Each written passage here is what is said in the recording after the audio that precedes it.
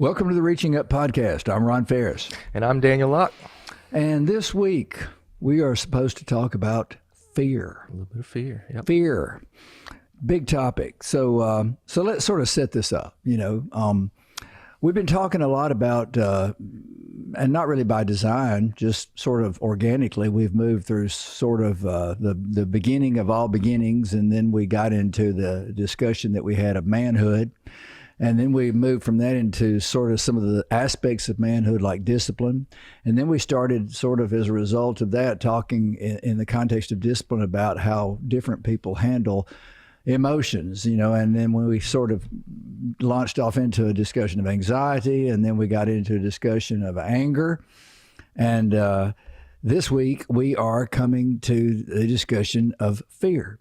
So this is not the emotions podcast, right? But so we're going to talk about other things. Yes. And we've got a long list. You and I have made a list of somewhere it's probably hitting close to 100 topics now. That's a lot. And at the end of this podcast today, we're going to invite the people who are listening to us to reach out to us with their topics and let us know what they want to talk about. Absolutely. Make sure that we're on the right track. But for the sake of today, we're talking about fear, and fear is definitely an emotion, right?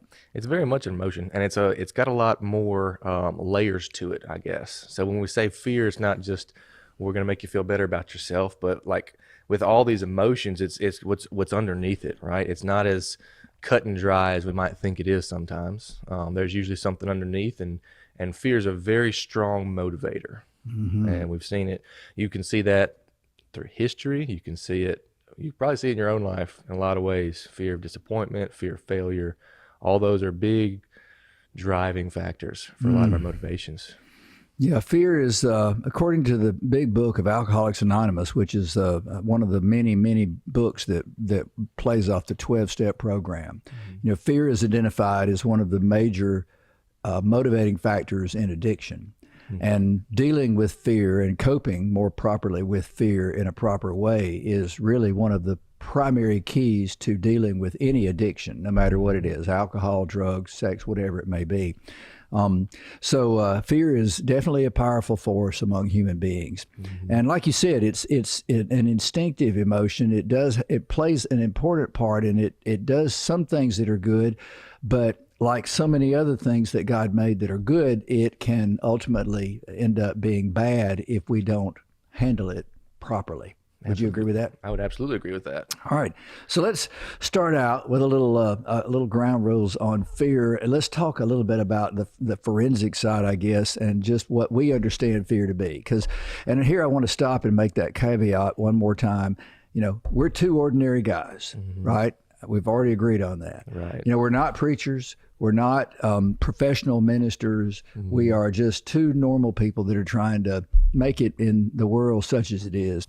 And, we are men of faith, and we don't hide about that. We've been very open about that. But, and faith is a very important part of who we are and how we handle reality, I think. You'd agree with that? Absolutely. But we're all humans, and all human beings, male, female, deal with this issue of fear, and we deal with it virtually every day in one form or the other. So let's talk about what it looks like. So on the old emotions wheel, which, we need to have our own formal or official emotions wheel, because there's more than one. Yeah. But on my emotions wheel, fear lies between surprise and anger. So we talked about anger last episode.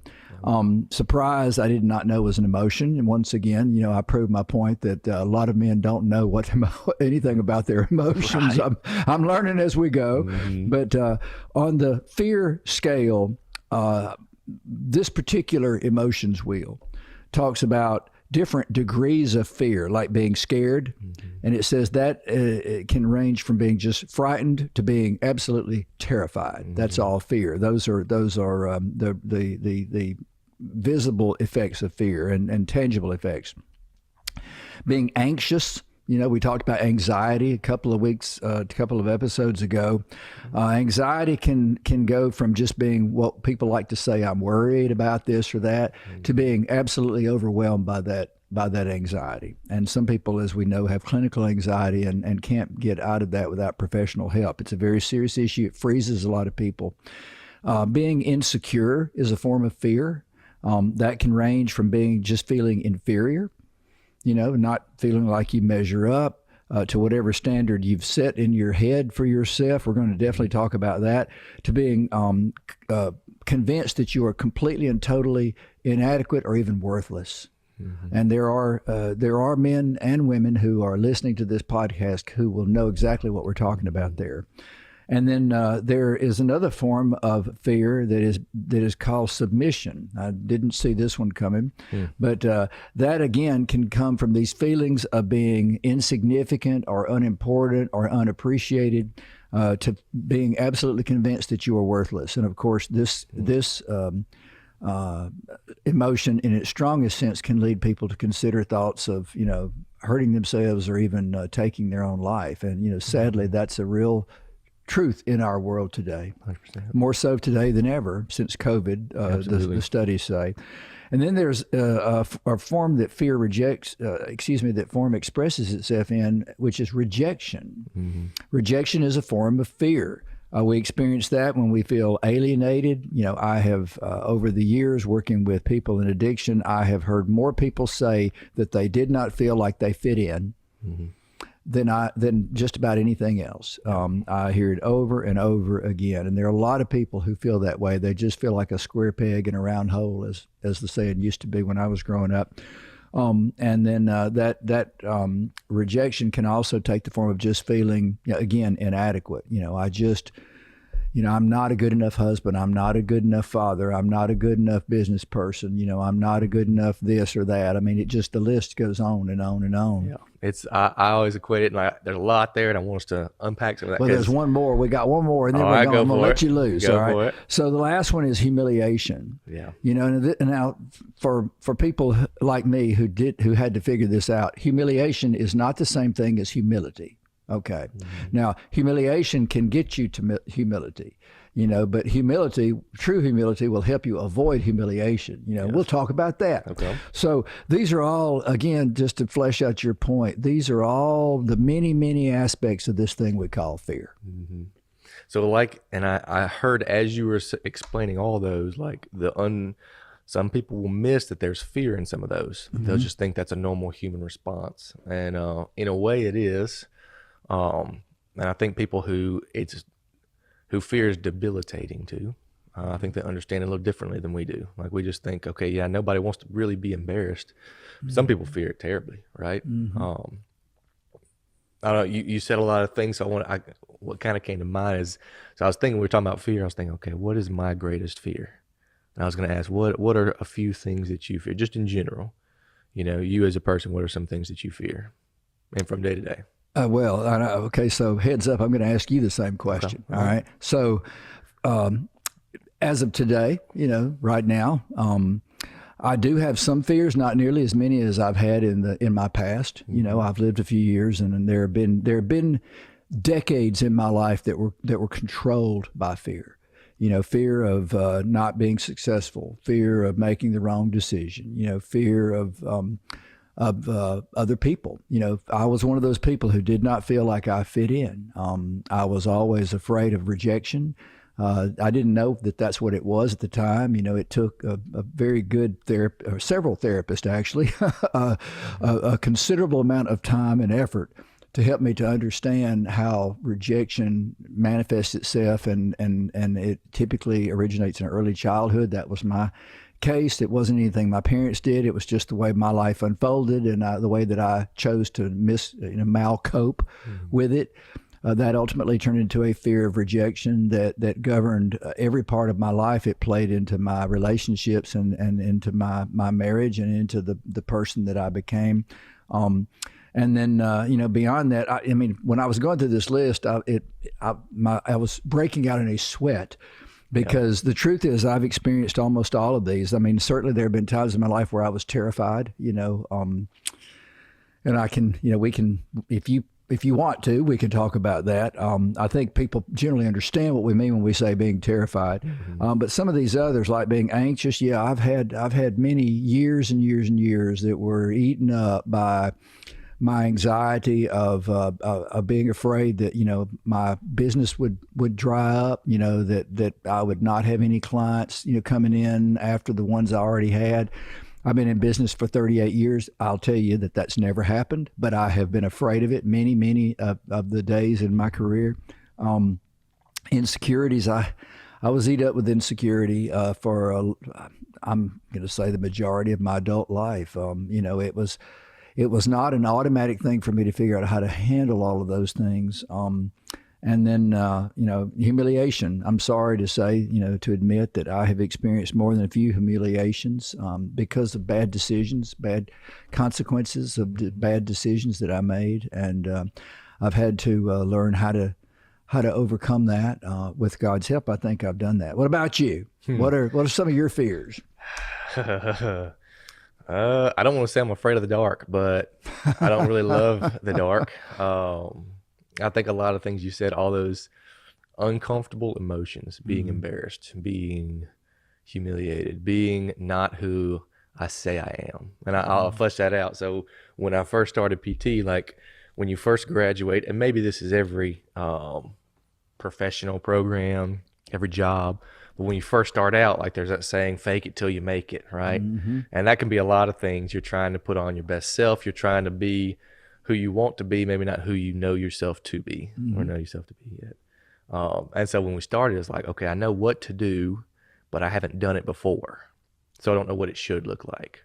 And so those first, I did a good job. I'm not saying I didn't treat anybody well, but I was going by what I had been taught, not what I knew to be true. And so first, probably, I would say 6 months, I felt super insecure about, was I doing it right? Was I doing it long? And like all these different things, like just trying to figure out how I treat patients. Right. And then it was probably 6 months, 7 months in is when I felt comfortable. I said, okay, I'm actually a PT, right? I can do this and I'm good at it. And so it took a while for me to get to that point. And I think that is true in a lot of different areas as well. Like we fake it till we make it, but we never actually know when we make it sometimes. And I think that's true in life. And so I think the quote that came to mind so many times, and I was like, what am I afraid of most? And it's a Timothy Keller quote. And I can't remember the book. I think it's The Meaning of Marriage was the book, which is a really good book for just any person who's trying to understand the relationship with God better. But the quote is this. It said, "To be loved and not known is comforting but superficial. To be known and not loved is our greatest fear. But to be fully known and truly loved is, well, a lot like being loved by God." So the part that I always come back to is to be known and not loved is our greatest fear. For someone to know us intimately, know all our quirks, to know all our little ticks that make us us, and then be like, no, I don't want that. That's too much. I don't accept that. That is my greatest fear. Whether I knew it or not, a lot of things I did acted out of that. Yeah, and that's the fear of rejection. 100%. That's probably the best example of that. Yeah. And I agree. I have experienced essentially the same thing, and I've experienced it many times just because I've lived a lot longer than you have, but so let me unpack that with you. So you're saying that when you started your career as a PT, that you were afraid. Would you classify that particular, you were afraid, you said for several months until you sort of settled in and you started to get into the routine and learn the what your trade actually involved in terms of hands-on everyday life. Would you classify that early fear as bad or good? And what did having that fear enable you to do in terms of growing as a person? I think it was a little bit of both. I think it was good in some ways because it made me want to learn, continue to learn, not just think I knew everything coming out of school. And I had some good professors tell me that, like, you start learning the day you graduate. I was like, whatever. And they were true. They were right. But I think it motivated me. It motivated me because it was an uncomfortable feeling I didn't like. So I guess the motivation, was good. But the feeling of inadequacy, the feeling of, I don't know if I'm enough. I don't know if I'm good enough. I don't know if I'm going to do this job well enough. Like, I would say that was negative. And then maybe some of the things I did in response to that were probably negative. So you think maybe there were some days with those early patients that were seeing you during that time period that they could sense that you weren't confident in yourself, and that may have affected their experience with you, or what are you saying? I certainly hope not, but it's possible. Well, yeah, that's part of that faking it till you make it. I acted like I knew what I was doing, even if I didn't. Yeah. So for myself, I felt like a fraud. Yeah. Until I felt confident in who I was, I felt a little bit like a fraud. Well, and that makes a great point, and that is that, sometimes dealing with fear for people who are listening to the podcast and wondering, maybe I identify with that. I can hear myself in what they're talking about. How do you deal with that? Well, I think one of the first lessons we have to learn is that sometimes experience and time can do a great deal to heal. The important thing for all of us, and you and I are men, we talk a lot about what men should think, and this is true for anybody really, but when I am dealing with a fear, the first thing I need to do in my mind is just to be aware. Oh, I'm afraid, and maybe even put a name on it. This is a fear of rejection. And ask myself, why am I feeling this? Well, in your case, maybe it was because you just weren't comfortable with your job, with your profession. As of that moment, it was all academic, and you hadn't been doing it for any length of time. This happens to us all the time. We start something new, and we all feel insecure. That's a natural thing, because we don't know if we're going to succeed or fail. And sadly, there is a lot of times a fear of failure, which, I bet if you look at yourself today, you could go back and look at yourself then from the perspective you have today and say, well, I was never at risk of failing, but I was afraid that I might fail. I was afraid I might not be able to do this. Yeah. But today you can look back and say, well, I was going to be fine, but I didn't know it then.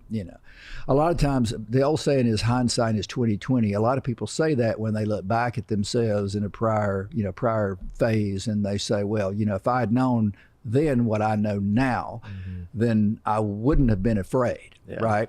It was Mark Twain who said, that it's better, it's a shame that men can't be born old and grow young, right? Then the implication in that is that we learn a lot of things as we grow, and as we learn how things really are, sometimes that dissipates a lot of fear. But now, fear of rejection, let's stick with that for a minute, because a lot of people deal with this. Do you have any fear of rejection today? 100%. Talk about it, if you're willing. I think the rejection comes back to that quote I read of I'm afraid that people get to know me and I'm like a little too weird for them. And they're like, okay, he's a nice guy, but he's a little weird, And I think, and we're all weird in our own way. My mother-in-law loves to say that, and she's very right. But she says we're all weird in our own way. And so it's just that fear that, okay, someone will not accept who I am, or who I am is not good enough. Yeah. That's what it comes back to for me. Who I am is not good enough. And that goes into everything. Yeah, I am, as you know, I go to several men's groups. In the course of the week, I go to quite a few, 5 or 6. And this is a new thing for me. In the last 2 or 3 years, I've started doing this to try to make more friends. I just sort of woke up one day and realized I had no really good friends. And as I've immersed myself in these men's groups, I have found myself typically to be older than the others. By and large, in a group of 50 men, there might be 2 or 3 that are around my age, and the rest are typically younger. And in several of the groups I'm in, the men are actually probably half my age. But these are groups of men that are centered around like Bible studies or around, just self-improvement or that kind of thing. Now, initially, I was afraid that they would reject me because of my age. But the opposite has been true. And I remember I went to coffee with one of these guys, and I said, "Look, do you think it's a little creepy or weird, for me to be even come into this group?" And he just looked at me like he just couldn't believe it, and he said, "Ron," he said, "the only thing you need to worry about in this group is to know and be known." And so I sort of grasped that and leaned into it, and I just decided to start trying to get to know these guys one at a time. As I got to know them one at a time, friendships, developed. I mean, it's an amazing thing for me now to look back and see how afraid I was that these men were going to reject me. That was all in my head. It was absolutely false. There was no way that was going to happen. And as I said, when I mean, my fear drove me out of even wanting to go to these groups. I was afraid to go because it was so uncomfortable. But today, I mean, last night I went to one of them. I can't wait to get there, and it's not like I'm there to, be the old man and the wise man in the group. I'm just one of the guys. I am one of the group, and I fit in because I have let them get to know me, and I have gotten to know them. And it took an effort on my part. This is probably hard for some people to believe when they see me doing a podcast, but I've been clinically diagnosed as an introvert. And so I really have to force myself out. That's one of the reasons I'm doing this podcast, and I'm overcoming my fear by facing my fear. And I think we can say that about any fear. One of the best things you can do is face your fears. I want to read you a quote. One of the most famous sayings on fear in American history is, FDR, when he said, the greatest thing we have to fear is fear itself, right? Well, his wife, Eleanor, extraordinary lady. Probably smarter than him. Here's what she said. Eleanor Roosevelt said this: you gain strength, courage, and confidence by every experience in which you really stop to look fear in the face. You are able to say to yourself, I lived through this horror. I can take the next thing that comes along. Yeah.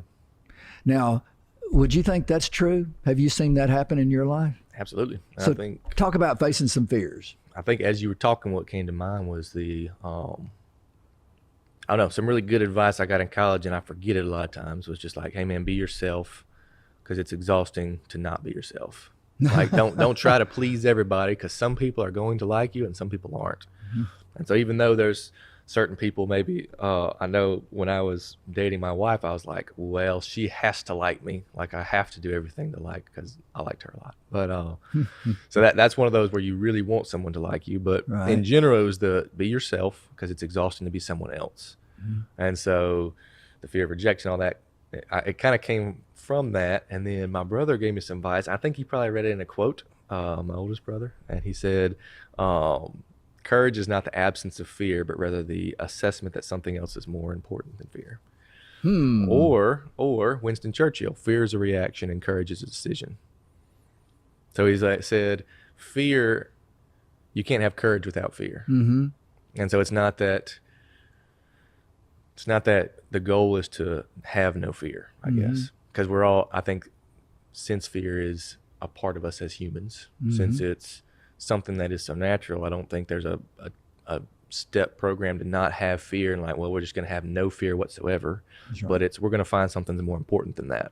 Yeah, and we're going to manage it. We're going to manage it. And and I think something you said earlier I want to go back to is, so I'm going to bring in some scripture. And we've said it before, but like, we're not pastors, but we see a lot of truth in scripture, and we choose to live for God. And so I don't know, if there's any church hurt in your past, or if you don't agree with church, that's okay. Because we go to church and we believe in church, but the church gets some things wrong in how we treat people. But Jesus never did. So that's what we're going to go to. And a couple of the verses is, let's see.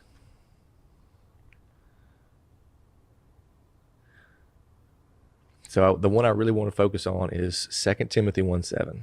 And it says, for God has not given us a spirit of fear, but one of power and love and of sound judgment. So he hasn't given us the spirit of fear. He's given one of power and love. So how does that strike with that verse? And so I'm going to clarify this. So there's a lot of times in the Bible, especially in the Old Testament, it talks about the fear of God, and it just talks about fear. And we talked about it last time. We said I think you said 366. That number sticks in my head. Well, 366 times in the Bible, there's a reference to the specific command to not be afraid. Okay, perfect. Do not be afraid.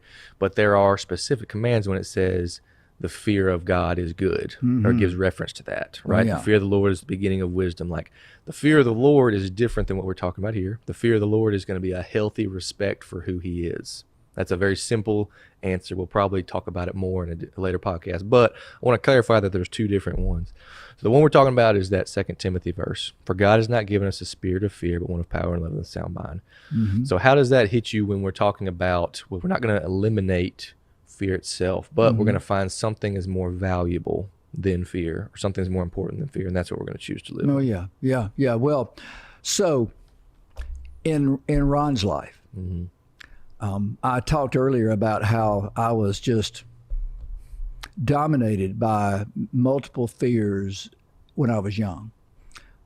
So am I dominated by multiple fears today? No, I'm not. And so I would say, being just as open as I can be, that I think the vast majority of that has come from my realization in the context of my spiritual walk, that God plays a very, very dominant role in my life and in your life and in all the things that happen on the earth. And I have developed a great deal of confidence in God's ability to do his job. And that has taken a lot of the pressure off of me to be successful, for instance. And I can give examples of that. But the point is, to your question, God has not given us a spirit of fear. He knows our needs. He knows our failures. He accepts us as that way because he made us that way. He made us capable of experiencing those things, including fear. But God has given me a spirit of power, it says. That is the Holy Spirit in me, I think. As a believer in Christ, I think that God gives me a piece of himself, which we call the Holy Spirit, which you have, I have.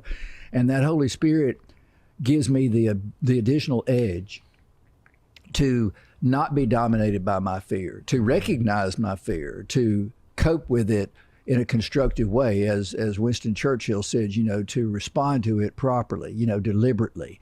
I can realize that I'm afraid, and I can realize, like when I walk in, let's just use that example, Monday night, I walked into that group. I still, when I walk in there some nights and I look around and I see all these 20 and 30-year-old guys, and I'm sitting there at, a little older than that, I'm thinking, man, I just don't fit in here, But then when the discussion started going, someone brought up something that I have a good bit of experience with because I've lived so long. This young man had not experienced this. It was his first time to go through it. I've been through it several times, and I was able to just offer a word of encouragement to him because I said basically what Eleanor Roosevelt was saying. You can make it through this because I've been through it, and I thought it was going to kill me. And it didn't. I believe that God enables me to think more clearly, if you will, about how to live a successful life by virtue of my desire to not be the man in control, but to acknowledge that he is in control of my life. And then he gives me the ability to be a better man because I am not trying to be the man in control of everything in my life. I actually submit, if you will, to God's authority, and then God hands me back my own free will. He gives me the power to overcome fear and to persevere and to fight and to make myself better and to help other people in that process. It's an organic thing. It's I don't think anybody that's listening to this podcast that's obsessed or possessed, and I don't mean that. We're not talking about possession today, but that they are dominated by a particular fear. I don't think they can just say, oh, okay, well, I just don't need to be afraid. Right. It's not that easy. Right. Would you agree? 100%. I don't have kids, but it was so unhelpful when somebody, well, you just don't need to be afraid of that. Yeah. Even if the facts point to us, like there's nothing underneath your bed. I just checked. Oh yeah. As soon as you climb back in the bed, here's a perfect example. I don't like my feet to hang off the bed. Like I just assume in the night something's going to reach up and grab my feet, and that's going to be the end. Oh, right? This is just real confession time now. It can be I can be burning up and I cannot have my feet out of the bed. Like it's a problem. But like all facts point to nothing's going to grab my feet, but I'm just terrified of that. Yeah, for me that goes back to a movie I saw one time where there was this little doll that was alive, and he was like, like a little puppet, and he had come to life, and he was running around, and he was hiding under the bed with a knife, right? And yeah, we all have those skeletons in our, those boogers in our closet. So let's do talk just a little bit about the Bible. It's not going to hurt anything. You're right. The Bible has well over 500 verses that deal with fear, and the vast majority of them in the Old Testament deal with the fear of the Lord, which is a very, very different thing from what we're talking about today. That word fear, or that's translated fear, having fear of the Lord, is actually a Hebrew word, yare, which means to be filled with awe or reverence, or to revere someone. And so when we talk about the fear of the Lord, and some people misread that to think that we should be afraid of God. Are you afraid of God, or how would you describe your attitude toward God? Is it one of fear as we're talking about it, or is it not? I think it used to be, because I think in some ways, and this is where I don't think we do a good job sometimes. I think we present the gospel as fire insurance and not as a gift, right? And so we say the gospel or the good news, but I think a lot of times it was out of fear. I'm afraid of punishment, right? And so I think, and that verse, and there's another verse that comes up, 1 John 4:18 was the other one. So there's no fear in love. Instead, perfect love drives out fear, because fear involves punishment. So there's a healthy respect that, hey, there's a consequence for my actions, yes, but my relationship with God is not that now. It's complete awe of who He is, what He's done, what He chose to do, what He chose to do on the cross for us. And so I think it's changed, because it used to be fear. It was like, I'm going to mess up, and one of these days I'm just not going to be forgiven. One of these days it's going to be too much. And that's so prideful on my part to think that I could mess up so bad that the God of the universe, who has given me forgiveness, couldn't forgive something. Like, that's prideful of me to think that. And so it changed a lot. And I don't know, the perfect example of fear overcome to me is in the gospel account of Jesus praying in the garden, right? And I'll use this a few times and people pick on me for it, but in the garden, like right after the Last Supper, it's like our last account of what Jesus is doing right before He's crucified. It talks about He goes and He prays, and He tells the disciples to pray because He's about to endure the crucifixion. And so He goes in 3 different times. He prays, He comes back, the disciples fall asleep, and He goes and He continues to pray. And then Luke, who is written by, and Luke is known to be a physician, so he was a little more detailed with people's reactions or bodily functions, I guess. And one of the things he said is when he was praying, his sweat became like drops of blood, right? And so the other times we see that in human history is in World War I, when people would be about to go, they'd be lined up in trenches, and they'd be about to jump out of the trench and charge towards the enemy line. And there's a super high probability that they would all be killed. And so fear would overtake them, and you would literally start sweating blood. And so that's the fear. Like, if you can imagine yourself in that situation, you probably know you're about to die, and you're still going to do it. And you're going to do that. So to see Jesus in that moment, when He's still sweating drops of blood, He said, Lord, if it's possible, He's praying to His Heavenly Father. He said, if it's possible, I don't want to endure this. I know it's going to be uncomfortable. I know physically it's going to hurt, because He was in human form. But in response to that, He said, not my will, but your will. And so he let what God valued be more important than what He valued. And I think that's the perfect example for us, is who are we going to let tell us what gives us our value? And I think that when it comes to fear of rejection, it comes back to that. Who are we letting tell us where we're valuable? And for us, it's different, because we let the God of the Bible, we let Jesus tell us we're made in His image. He values us. We're adopted sons and daughters. He values us. And so that, for me, that kind of encapsulates a lot. I don't know if that's where you're going with that, but that's kind of what was coming to mind for I'm me. not going anywhere. I'm just, we're just unpacking fear, and fear is a very complex thing. We're going to talk about it for the rest of our time today, and then we're going to probably talk about it next time as well, just because it's such a big factor in so many people's lives. But on fear of rejection. So I picked this up from a publication by the American Psychological Group. It says that people who are dealing with fear of rejection have a hard time having honest, straight talk, and they're very afraid of conflict. Now, I can tell you from the groups I've been in, discussions I've been a part of, that this can really be a serious issue in a relationship. The inability to talk when something needs to be talked about. There are a lot of people whose marriages are on the rocks because one or the other or both do not want to stop and have some difficult conversations. Would you agree? 100%. Yeah. And it says when the inevitable disagreements and differences come up in a relationship, they stuff their feelings and they drift away. They isolate. They prefer email or text when dealing with uncomfortable issues. You know, I could not agree more. When texting is not a great idea when you are dealing with a difficult topic. I had a therapist one time to tell me that, you know, the only purpose of a text is to say, we need bananas. You know, you know, there are some things that need to be dealt with face to face, heart to heart. And this inability to do that is tracked back to a fear of rejection.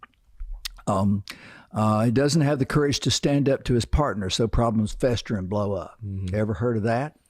Absolutely. And I think we're close to out of time for this week. So I'd love to start next week with that, because that's very important. That's very important. That's something I'm learning a lot recently. All right. Well, so let's wind down then for this week, and then we'll pick up here on our next episode. So we said we were going to do this. You know, we've got an email address, contact at reachinguppodcast.com. Contact at reachinguppodcast.com.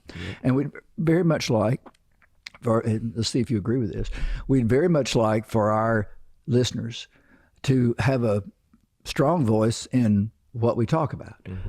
In fact, you know, if you and I can scrounge up the money to buy an extra microphone, you know, I think I'll throw out, at some point we'll throw out the invitation to anyone who might think that they would like to be a guest on this podcast to talk about some of these things with us, to be a guest, or if they know someone who might be a good resource that could add to our conversation, we might bring them in. You know, we're not afraid of that, are we? Not at all. Not at all. But as far as topics, though, if you're out there and you're listening to our podcast, we want you to be sure and reach out to us. Give us feedback on what you like, what you don't like. You know, this is not set in stone. We don't have anybody telling us what to do.